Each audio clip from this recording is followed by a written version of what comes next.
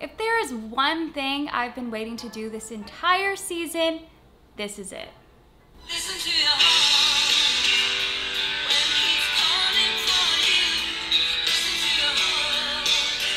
There's nothing else you can do. How did nobody sing that the entire time? We didn't have any covers of that song. Chris, what are you doing out there, producers? I thought this was the right time because this is the final recap of Listen to Your Heart. It might be the last season of Listen to Your Heart together, so we have to reminisce on this American Idol Bachelor baby one last time. Thanks so much for tuning in. I'm going to dive into what I think about the winners of the show, who I think is really still in a relationship, who faked it, and who we should go stalk their Instagrams and listen to their new singles because every single one of the contestants has been dropping them, and I'll tell you which ones are actually worth listening to. All in this week's final recap of Listen to Your Heart, the season finale. So the couples are headed to Nashville, Tennessee. They're all cuddled up on the plane. As if nothing could go wrong, they're not about to perform the biggest show of their lives and or win a huge record deal and go on tour with the person that they're supposed to be in love with after a few weeks. Of course, no tension, no pressure whatsoever. So we are down to the top 3 couples. We have Matt and Rudy, Jamie and Trevor, and Bree and Chris. Who knew we could get to this group of people? At the beginning, Matt and Rudy were a train wreck. Jamie was with Ryan. These couples, other than Bree and Chris, we had no idea that this is where we were gonna end up. So I love seeing all of them happily ever after, as it seems, on this plane. Once they arrive in Nashville, Chris Harrison drops some news on them. They're gonna be performing on this infamous stage in Nashville, and not only are they performing one song, but they have to sing 2 songs in front of a live audience. So it's a lot of pressure, but they're all excited, and then Chris drops a bomb. I think this tweet does it justice. Basically, Chris says, "Congrats on making it this far, you guys are amazing talents, but if you aren't ready to settle down and get married and have 10 children with this person, you better pack your bags and get on out of here, bud, because this is serious." And what male, I don't know, maybe I've met a group of males that nobody else has met, but what dude in their right mind wouldn't grab that bag and run? They have been dating for a couple of weeks. You're not supposed to be in love right now. You see a flip switch, and I'm gonna let you guys guess in which boy's brain it's Matt. Of course it's Matt. Matt has been a roller coaster this entire time, comparing himself to Bree and Chris, and they're just a rarity. Like, you aren't supposed to be in love 3 weeks into a relationship, and you can see some drama is about to go down between Matt and Rudy. Another plot twist that Chris Harrison drops on them: Listen to Your Heart is gonna have fantasy suites. With fantasy suites comes a lot of drama, so I think they just decided, let's throw that into the mix. What's the cost of 1 hotel room to give us good TV? It skips to the couples practicing their music, and Matt decides this is the time he has to have a talk with Rudy. Matt explains to Rudy that getting to sing with you has literally been the best musical experience of my life. But that romantically, he's just not on the same level as Bree and Chris. He's not in love, and he feels as though he would be disingenuous if he went on stage and acted like he was. He didn't want to cheat the whole system, the process of the show, which is you're supposed to be in love and perform that way on stage at the finale, instead of just being in like and actually being the best performers there. The pressure was put there, laid on pretty thick by Chris Harrison, and if I were Chris right now, I would bust into that room if I heard they were leaving the show, and I would say, no, wait, liking each other's fine. We want to see Rudy perform Whitney Houston, like, please stay, it would make great TV. I was just kidding. I was kidding about all that commitment. Let it go, Matt. But no, they let Matt ruin this beautiful relationship. At this point, Matt and Rudy have decided to leave the show, Rudy reluctantly, but I mean, what is she gonna do, stay alone? Please stay alone and perform, you're the best on the entire show, but I guess she can't because it's a show about love. Anyways, Rudy and Matt go into the room, tell them that they're leaving. Jamie and Trevor are heartbroken. It's so sad because you see that these Couples have bonded over this competition show, and they really are sad to see them leave. But honestly, if I were the other two couples on the inside, I'd be like, thank God the best performers, the best talent are leaving the show. It's my lucky day I actually have a chance. Matt and Rudy leave, and of course there's some sad montage where I'm hysterically crying alone, and I just did not know I would get this attached to couples on this show. It might just be Matt and Rudy because I related to them and I thought they were amazing, but I hope they remain friends. And yeah, that montage really hit home, really hit me right here. Then we have the fantasy suites. Jamie and Trevor are on their date. They're saying that they give each other confidence when they're on stage, and you've kind of seen it happen. They've both grown more confident, and a couple that I really haven't believed in, I'm starting to see a spark between.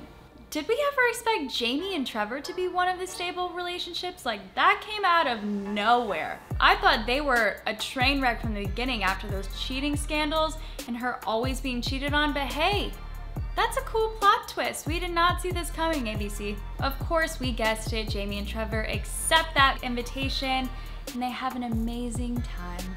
It's pretty cute, romantic, blah, blah, blah. But now we head to Bree and Chris's date, where I think things are gonna go a little differently. Bree and Chris are obviously very sweet together. They say I love you consistently at this point. She obviously rejects the fantasy suite, and what I was looking forward to seeing was Chris's reaction, and he handled it perfectly. He said, intimacy has ruined a lot of my relationships whenever it happened too fast, too soon, and so he's all on board with waiting, and even asks her to walk her to her room, which is so cute. And all I have to say is chivalry is not dead. Flash to the morning after, and honestly, it is all rainbows and butterflies for Jamie and Trevor. They are snug as a bug in their bed. They look very in love, and then they walk over and have a full buffet of pancakes and French toast and waffles and bacon. And honestly, I would just go on the fantasy suite for that buffet, you know? Who cares about the boy? That food was worth it. So while Jamie and Trevor are enjoying their amazing breakfast, it shows Bree and Chris already at rehearsals, and Bree keeps saying that she feels something is off between her and Chris, that she doesn't know what it is, but honestly watching it, like, Bree is the problem. She's in her own head. It's a big competition day. I understand there's a lot of pressure to be perfect and to perform well, but she's kind of taking it out on Chris, saying he's the reason that their performance is off. I'm not sure about her thought process on that one. Then the two final couples, Jamie and Trevor and Chris and Bree, are riding in their limos to their last performance. You would expect it to be extravagant and beautiful, but Bree and Chris look like a really awkward sibling relationship, like you're stuck in the car with your family for about 10 hours on a road trip, and they are uncomfortable. And then there's Jamie and Trevor, who are very much in love, and the whole world is reversed, and I don't know what's going on, because I thought Jamie and Trevor were like basically platonic, like brother and sister, and that Bree and Chris were very much in love, and now it's just flipped, and I don't know who's gonna win this show. Now we have the judges for the finale. They have my favorite Bachelor celeb couple, which is Caitlin Bristowe and Jason Tartick. They're so fun. Caitlin Bristowe actually just came out with the song, so hey, they're getting even better. At least this one sings. Then we have Taye Diggs, who Chris says is the best looking dude out there, and I thought that was a hilarious moment. And honestly, he's looking pretty fire in that fedora. Then we have Jewel, who is also looking fire and also in a fedora. Finally, we have Rita Wilson, who is part of a dynamic duo. Although they might not both be singers, her and Tom Hanks are so cute, so she can spot love and musical talent. All right, Jamie and Trevor are first up to perform 2 songs in front of this audience, and it is the best vocal performance I have heard either of them do. They sing Speechless, and I'm speechless because they actually did a great job. They were obviously cute and flirty because they, you know, just spent the night in fantasy suites, and Caitlin Bristowe, my girl, picked up on it and asked if Listen to Your Heart did fantasy suites as a joke. She knew that was the afterglow of a fantasy suite night. And for the last performance ever on Listen to Your Heart Season 1, it's Bree and Chris, and I've been super nervous because they were off all day, but they get out there and they are amazing. Rita is basically smitten over Chris's voice in her chair. The judges told them they were great. They both had a genuine, calming presence about each other. It was good remarks all around. The judges actually picked the winner in front of the packed live audience. And so the rose ceremony is actually just Chris saying the name of the winner of the show. And it is... Chris and Bree. It's insane that they loved each other and picked each other through the whole thing. That love carried them through all the way to winning season 1 of Listen to Your Heart. The show ends with them jumping on their tour bus, and then it cuts to a few weeks later with them recording their album, and it says that they're still very much in love. And all I can think of is now it's time to stalk everyone's Instagram. So let me tell you what I snooped and found. First up, we have Bree and Chris, who have done several interviews since the show aired last night. Their album just dropped. They even dropped songs like their cover of Taylor Swift's Lover, which was my favorite performance from them from the entire time. You can check it out on their Instagrams. They sound beautiful together, and they are supposedly still in a relationship, which I believe, but they are quarantining separately.